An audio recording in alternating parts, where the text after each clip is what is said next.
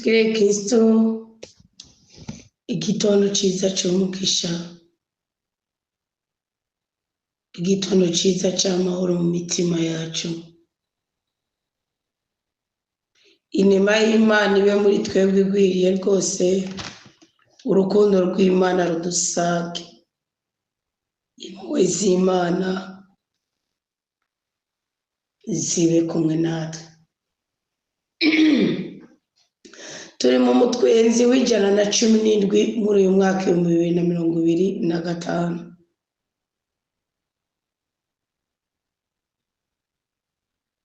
Ukwiye kumenya kuri uwo gutabaza Imana udashingiye ku bigaragara ufise cyangwa ku bigaragara ubuze, ariko ushingiye ku rukundo rw'Imana ruduha amahirwe y'ibyiza byose dukeneye.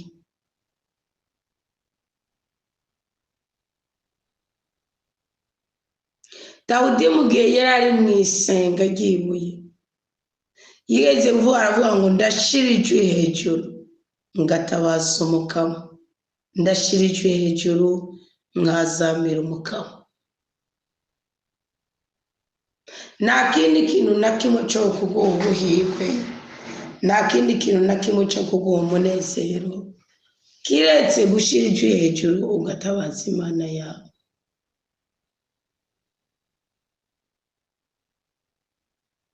Gushira ijwi hejuru ugatabaza umuremyi wawe, gushira ijwi hejuru ugatabaza impuhwe z'Imana, gushira ijwi hejuru ugatabaza urukundo rw'Imana.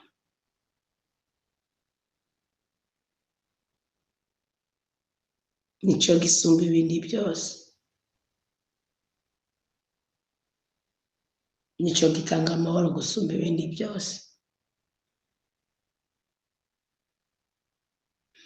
Uyu munsi turasozereye ya misi 9 yo gusenga dutakamba, twambaza ikigongo c'Imana, tukiyambariza, tukambariza bene wacu, tukambariza abanyabyaha, tukambariza abakiri mu ngeso mbi, tukambariza abanyamibabaro, tukambariza abakene, tukambariza abagwaye, tukambariza abafunzwe.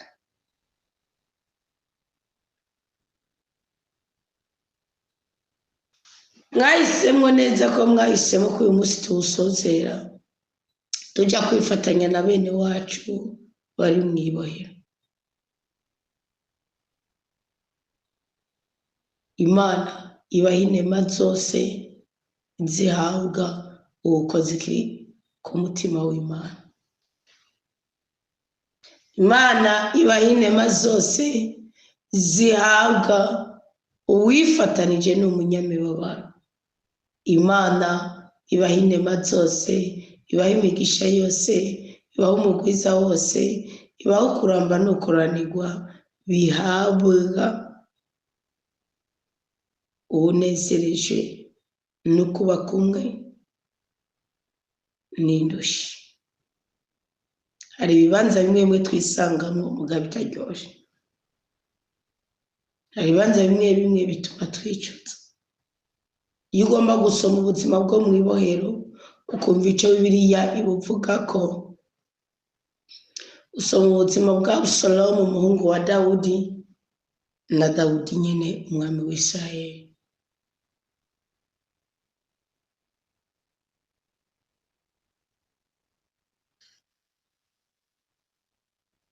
Zaburi 142 umurongo wa 3, Dawudi yaravuze ngo jewe ndagaragaza intimba mfise imbere y'umukama. Ubu ni umwanya wo gusesa amarangamutima yawe, ubu ni umwanya wo kuvuga ikiri ku mutima wawe.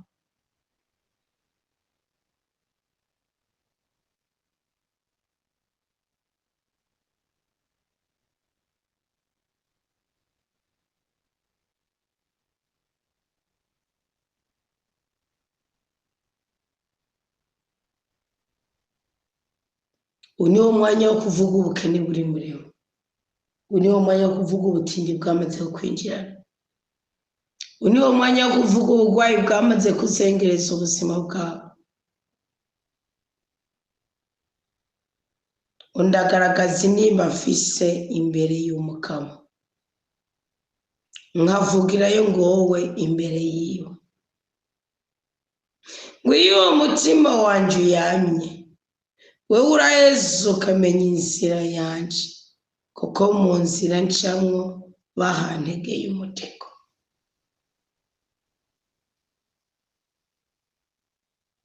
Aya masengesho yo mu turuturu aduha isezerano rishasha kandi akugura ikirere cyiza ku buzima bwacu. Iyo tuvuga ikirere cyiza ni ubutabazi bw'Imana ku buzima bwacu, kuko nimba uhamwa n'abakwiyorobetseko,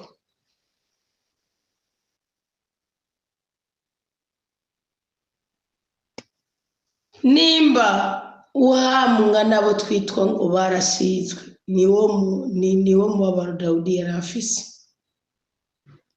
Dawudi avuga ati yaba uwisikurage, ati yaba umufilisiti ariko arampama, titwohiguye, ati none kimbabaza, ni wowe twahezagiranye, ni wowe twasiganye, ni wowe twahurira mu kuboko kumwe, ni wowe twapfukamanye imbere y'Imana. Taho rero niho ngiririye nabi. Kubera iki?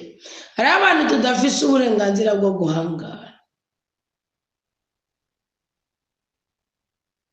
Umumarayika w'Umukama wenyine yaraje yica ingabo za Senakeribu 185 muganiza akoze ukuboko kuri Senakeribu, yishwe n'abahungu biwe.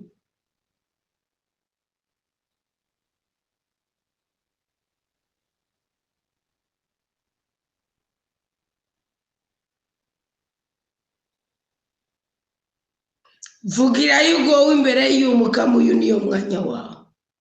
Ikuze kw'imikoshi n'imivumo, wikuze kw'ibisuzuguro n'imibabaro, wikuze kwa gahinda n'intuntu, ubisuka imbere y'Umukama uturanze. Bamukuru ubwira Imana uti wowe utantereranije, nta mwana w'umuntu afite uburenganzira bwo kunkoza icyo ashaka. Wowe utandekuye, nta mwana w'umuntu afite kuntu wari yashaka.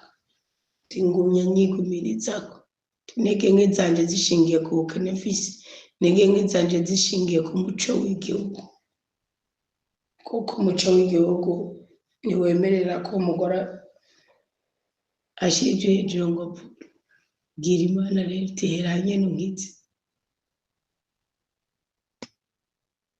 bwira Imana uteranye n'untabara, bwira Imana uteranye n'umbohora, bwira Imana uteranye n'unezeretse. Nkavugira ngo wowe imbere yiwe, iyo umutima wanje uyamye Umukama araheza akamenya inzira yanje kuko mu nzira ncamwo bahantegeye umutego. Uyu mutego reka Uwiteka utegure, ufyuke nka kujya kw'inyoni ifyuka mu mutego bawuteze, bayiteze.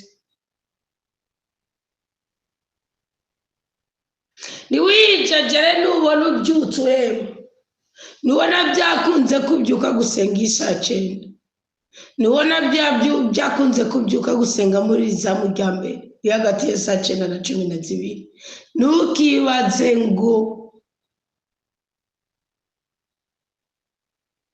ntukibaze ngo ni bya bose. Oya, bwira Imana uti raba iburyo bwanje, witegereze neza, uti nta muntu n'umwe amenya iburyo bw'umuntu ni mu bushobozi bwawe. Hahandi ugeragereza, hahandi ubera intwari, hahandi ubera umusuko w'Umukama, hahandi niho iburyo bwawe. Iyo we yaravutse amaze kuzegerezwa n'amakuru, unarondereye iburyo ndakubura. Uvuga mu bushobozi, ibintu byari byamuheze ko, ingamiya, abana, umuryango, abo bisengana, mukore yamututse. Iyo barabona neza ko Imana yahebye itariki iramutabara. Iyo baravuga ngo narondeye n'ibubafu, ndaguhebura.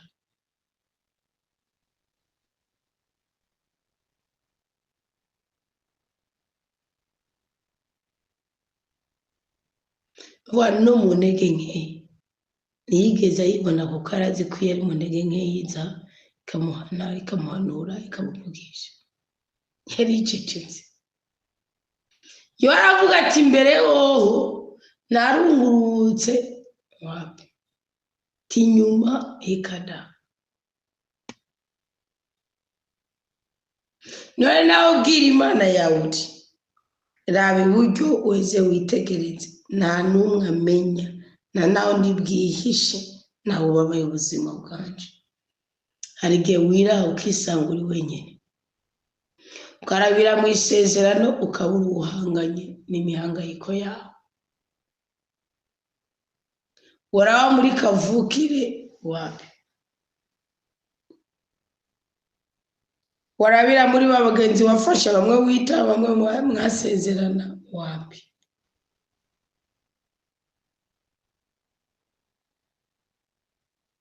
ngo urabe iburyo wese witegereze nta n'umwe amenya nta naho undi bwihishe nta n'ububabaye ubuzima bwanje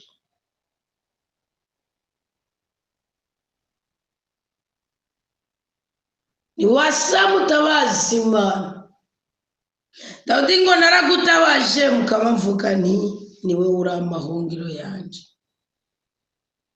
kama ndagutabaje nunyarukuza honde utege igutije ryanje riko riragutakambira ese iki gisabisho cyacu coduga mu ijuru nk'isenga ese amaboko twese turiko turakiriza naya turiko twerekeza hacu hababara yoduga nk'ishikanwa Imana iri ubwugamo bwayo bweranda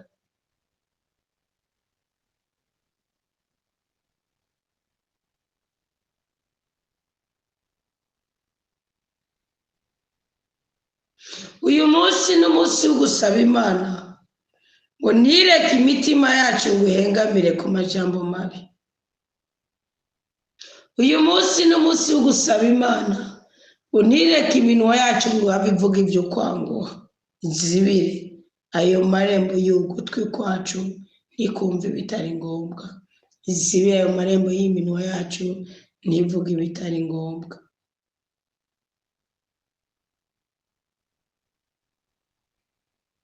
uyu munsi uguhimbaza umunsi mukuru wa Yesu Umunyakigongwe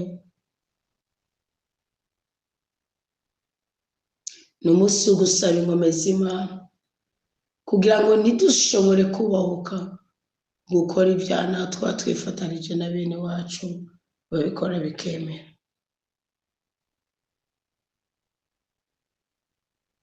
Bibiliya ivuga ngo isutojya mu bisogisogi by'abanyabyaha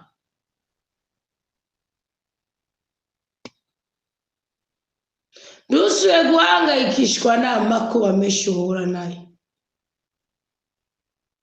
Zaburi 141:5 avuga ngo intungane ikubise n'ubuntu inkubise n'ubuntu ibingiriye inkankamiye naho ni nk'amavuta ibisutse ku mutwe ngo si umutwe wanje utobyanga kuko nanone igisabisho canje kiguma cagiriza ububisha bwawe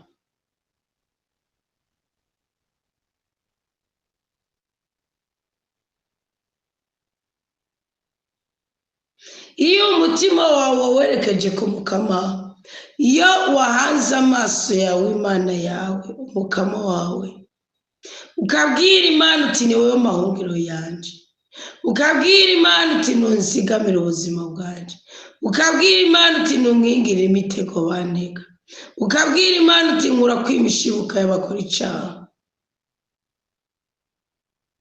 Imana yakira ababisha bose ikabagurishiriza rimwe mu mitego yabo nyine ubwabo batetse ibyo ni by'Imana yakoreye Morodekayi Esitera n'abayuda bagenzi ba bene wabo Imana igusaba ubutungane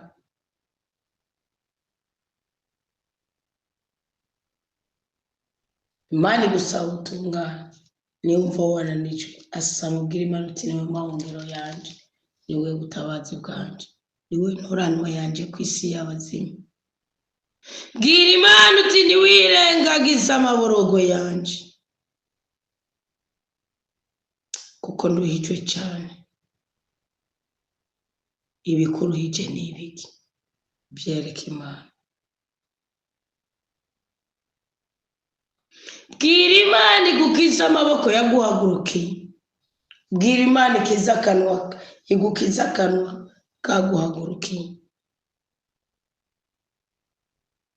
Ntugahangane n'abakurusha ubukomezi, reka Imana ihangane nabo.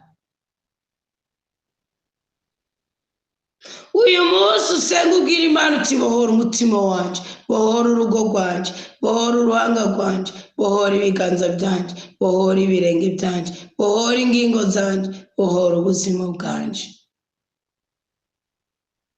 Yibwira uti mbohora kugira ngo nshobore gushimagiza izina ryawe ryeranda, kuko intungane buri muturuturu zikoranira iruhande y'umukama, kubera ko aca zihunda ibyitsi.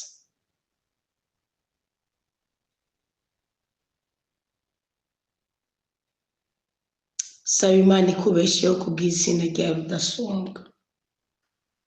Kubw'ubutungane bw'umukama musaba gutunganiriza. Kubw'ikigongwe c'Imana bwira umukama akiza umushaha wawe amaganya, agahinda n'imibabaro. Kubw'ubuntu bw'Imana bwira Imana izimanganye ibasi bawe, duhereye ku byaha bigundanira mu mutima wawe.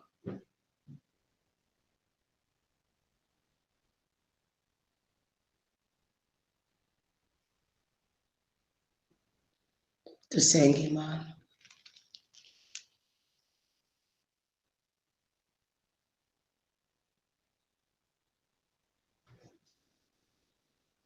Dushimire Imana. Imana iyo yitakiye, Imana iyo yishimiye yumva gusenga kwawe.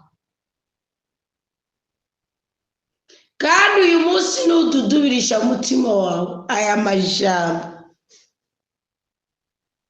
Imana irashira muri wowe ururimbo ruzohayagiza ukuboko kw'Imana. Isaha yigeze kuvuga mu kigabane cya 26 umurongo wa mbere ngo kuri uyu munsi bazoririmba ururimbo ruri mu gihugu cy'Ubuyuda, Turi n'igisagara gikomeye, kugira ngo agikingire yubatse impome n'uruzitiro, ngo ugurura amarembo kugira ngo igihugu gitunganye kandi kidahemuka cinjire, ngo kuko umutima ukwiyegetse ko uzowuzigama mu mahoro, uzowuzigama mu mahoro kuko wakwizigiye. Ngo nimwizigire umukama igihe cyose, kuko umukama ari we rutare rw'amaho. Umukama yitwa urutare rw'amaho kubw'ibyo yakoze. Ngo yaracurangije ababa ku mataba, asenyura igisagara acishira hejuru, agishira hasi mu mukungugu. Ibirenge bizogihonyanga, gihonyangwe n'ibirenge by'abarushwa n'imigeri yabo. Inzira y'intungane n'ubugororotsi, wowe utunganye uraringaniza inzira y'intungane. Mwako mukama ni wowe twizigiye mu nzira y'ingingo zawe, umutima wacu uhurumbira izina ryawe ukamukwibuka. Ndaguhurumbira n'umutima wanje mw'ijoro, ego ndakuronderana umwete n'umushaha wanje wose, kuko igihe ingingo zawe zirangukira ku isi, ababa ku isi yose bamenyeraho ubutungane. Ngwiyo umubisha agiriwe ikigongo, ntiyiga gukurikiza ubutungane, mu gihugu gitunganye akora iby'ubugunge, ntiyitaho inganje y'umukama. Mukama, ukuboko kwawe kurabanguye, ariko ntibabibona. Bazobona umwitwariko ufitiye igihugu cyawe, bahise bamaramara. Egome, umuriro wagenewe abakugwanya uzobarigita. Uyo muriro uwukugwe k'uyu munsi. Biravuze ngo mu gihugu kiri mu intungane umunyabyaha ashaka gukora ibyaha.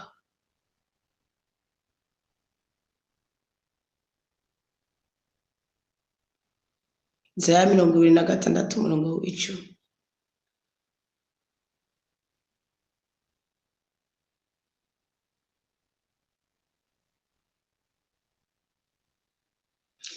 Imana iduhanagura ibyaha byacu byose. Uyu munsi dutanga urugamba rw'ubuzima bushasha.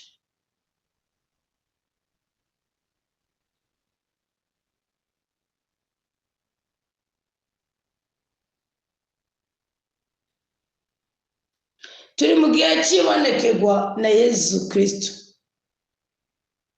Kuvana azutse murazi ko amaze iminsi 40 yose yiyereka abatumwa, yiyereka abigishwa biwe.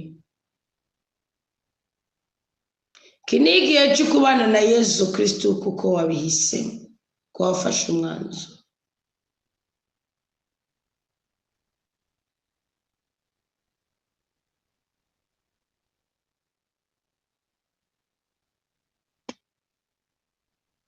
Iki si igihe cy'ukujabagera.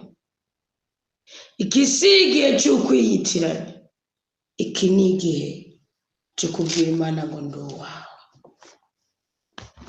Uyu mutwenzi ubuzima bwose ubaye, mushingana, mupfasha, musorewe, mwigenewe, bwira Imana uti kuri uyu munsi w'17 mubone. Kandi Bibiliya iravuga ngo Imana yiyereka mu kigabane cya mbere mu gitabo cy'ubwitonzi ngo bose bayironderane umutima utunganye. Imana irabiyereka. Bwira Imana uti mubone, nicyo bisigura ikigongo cy'Imana. Muri turi abanyabyaha, tubonye Imana twaje dupfa. Bwira Imana nk'umusabyi w'umukama Musa mu gitabo cy'umukama mu gitabo gatatu. Nimba nkubwire ko iki amahirwe unyereka ubwiza bwawe busayangana. Uyu munsi ubona ubwiza bw'Imana, uyu munsi ubona urukundo rw'Imana, uyu munsi uhure n'impuhwe z'Imana, uyu munsi Imana ihagarika ibirenge byawe akirutse, kuko Dawudi yavuze ngo ibirenge byanjye Imana yabihagaritse akirutse nk'iby'inyenyeri. Mucyo w'Imana umurikira ibirenge byawe, uronke inkuru nziza mu mutima wawe mu izina rya Yesu Kristo.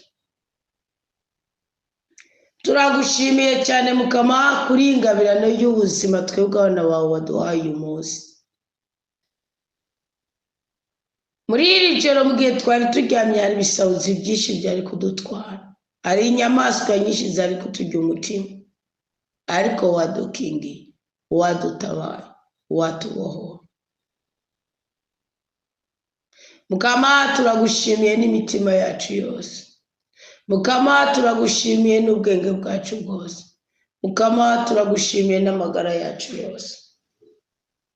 Imibabaro turacyari nayo, kuko muri twebwe harimo abagandaye, muri twebwe harimo abaraye bakiriye amakuru mabi, muri twebwe harimo abaraye batakaje ababo, muri twebwe harimo abarushi, muri twebwe harimo abababaye, muri twebwe harimo abakenjakenja, harimo ababondabonda, muri twebwe harimo abari kumfira, harimo abafite abo bari kumfira. Turacyafise ibitubabaza muri iyi si, ariko igituma tugusamukanira amashimwe kandi avuye mu kami k'imitima yacu nuko tuzi kubishatse uwo dukura ku icitwa icyago cyose.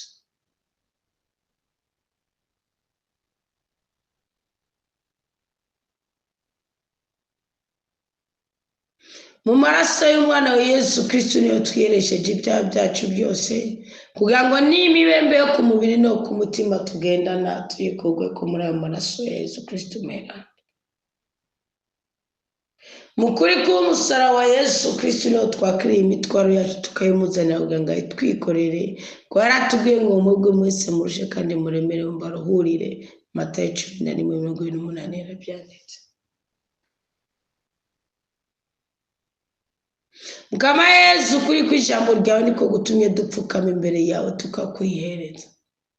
Mu mitima yacu dufise indirimbo z'amashimwe, ariko imibiri yacu iracakubititse, imibiri yacu iracagwaraguritse, amasezerano yacu ntiturayahagarara, ariko turazi kuri Imana itazimiza amasezerano, turazi kuri Imana itaruha ngo hama yibagira icyo yavuze ngo ntihave gishitsa, turazi kuri Imana idasaba uburenganzira, idasaba viza kugira ngo inyaruke gutabara umwana w'umuntu.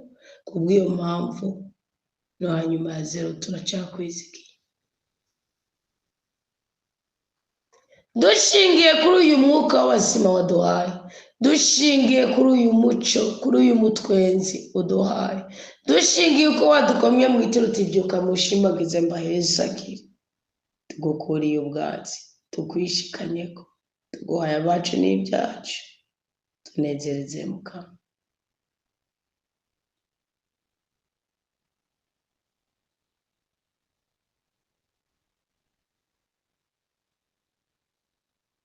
Tunezereza abana bawe uturinde kubabara, tunezereza abana bawe udukize ubugwayi, tunezereza abana bawe uduhumanure, tunezereza abana bawe uduteturure, tunezereza abana bawe utwagurira imbibi.